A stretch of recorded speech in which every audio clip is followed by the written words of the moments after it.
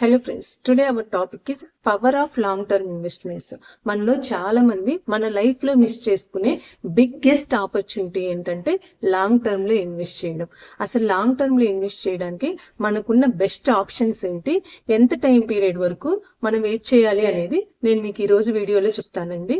మనకి లాంగ్ టర్మ్లో ఇన్వెస్ట్ చేసుకోవడానికి ఉన్న బెస్ట్ ఆప్షన్స్ ఏంటంటే mutual funds, direct stocks, gold and silver and real estate.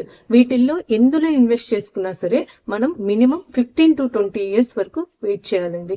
అప్పుడే ఏంటంటే మనం వీటి యొక్క రియల్ ఫ్రూట్స్ని ఎంజాయ్ చేయగలం.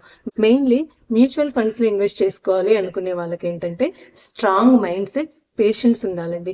ఈ రెండు ఉండి గనక మనం మ్యూచువల్ ఫండ్స్లో ఇన్వెస్ట్ చేసుకుంటే లాంగ్ టర్మ్లో మనం కాంపౌండింగ్ అనే ఒక వండర్ని చూడగలమండి.